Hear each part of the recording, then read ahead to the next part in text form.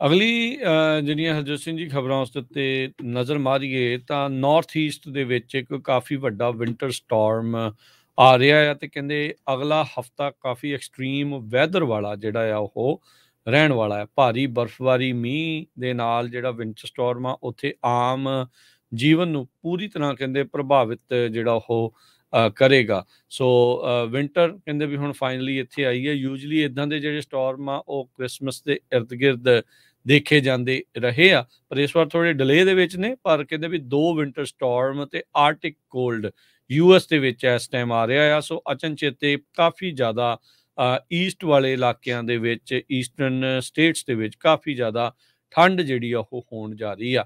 25 million ਲੋਕ ਜਿਹੜੇ winter storm alerts ਦੇ ਅੰਡਰ ਰਹਿਣ ਵਾਲੇ ਆ। ਆਪਲੇਚੀਅਨਸ ਤੋਂ ਲੈ ਕੇ ਜਿਹੜੇ ਸਦਰਨ ਮੇਨ ਆ ਉੱਥੇ ਤੱਕ ਕਹਿੰਦੇ ਵੀ ਸਭ ਤੋਂ ਇਸ ਦਾ ਭਿਆਨਕ ਰੂਪ ਸੈਟਰਡੇ ਤੇ ਸੰਡੇ ਦੇ ਵਿੱਚ ਜਿਹੜਾ ਉਹ ਰਹੇਗਾ। ਜਿਹੜਾ ਵਿਚਾਲੇ ਪੈਂਦਾ ਨਾਰਥ ਈਸਟ ਤੇ ਨਿਊ ਇੰਗਲੈਂਡ ਦੇ ਜਿਹੜਾ ਇਲਾਕਾ ਆ ਬੋਸਟਨ ਤੋਂ ਵੈਸਟ ਵਾਲੇ ਪਾਸੇ ਨੂੰ, ਉਹਦੇ ਵਿੱਚ ਕਹਿੰਦੇ ਵੀ ਸਭ ਤੋਂ ਜ਼ਿਆਦਾ ਬਰਫ਼ਬਾਰੀ ਹੋਣ ਦੀ ਸੰਭਾਵਨਾ ਆ। ਬਹੁਤ ਸਾਰੀਆਂ ਮੇਜਰ ਸਿਟੀਜ਼ I-95 ਦੇ ਕੋਰੀਡੋਰ ਦੇ ਇਰਦ ਗਿਰਦ ਆਉਂਦੀਆਂ ਹੈਗੀਆਂ ਆ। ਸੋ ਕਹਿੰਦੇ ਵੀ ਜਦੋਂ ਤੱਕ ਸਟਾਰਮ ਨੇ ਐਗਜ਼ਿਟ ਹੋਣਾ ਆ ਕੋਸਟ ਤੋਂ, ਕਈ ਥਾਵਾਂ ਦੇ ਉੱਤੇ 1 ਫੁੱਟ ਤੱਕ ਜਿਹੜੀ ਸਨੋ ਆ ਉਹ ਪੈਣ ਦੀ ਕਿਆਸ ਲਈ ਜਿਹੜੀ ਆ ਇਸ ਟਾਈਮ ਦੱਸੀ ਜਾ ਰਹੀ ਆ।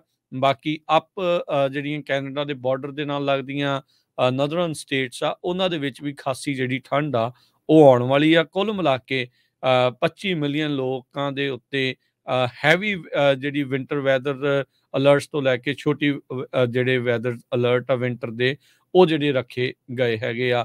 ਓਵਰਆਲ ਐਵਰੇਜ 6 ਇੰਚ ਤੱਕ ਸਨੋ ਕੱਲੀ ਬੋਸਟਨ ਦੇ ਵਿੱਚ, DC ਬਾਲਟੀਮੋਰ ਏਰੀਆ ਦੇ ਵਿੱਚ 8 ਇੰਚ ਤੱਕ ਜਿਹੜੀ ਸਨੋ ਆ ਉਹ ਪੈਣ ਦੀ ਸੰਭਾਵਨਾ ਜਿਹੜੀ ਉਹ ਦੱਸੀ ਜਾ ਰਹੀ ਆ। ਨਿਊਯਾਰਕ ਸਿਟੀ ਦੇ ਇਲਾਕੇ ਦੇ ਵਿੱਚ ਮੀਂਹ ਦੇ ਨਾਲ ਜਿਹੜੀ ਆ ਬਰਫ਼ਬਾਰੀ ਆ ਉਹ ਕੱਲ ਦੁਪਹਿਰ ਤੋਂ ਜਿਹੜੀ ਉਹ ਸ਼ੁਰੂ ਹੋ ਸਕਦੀ ਆ।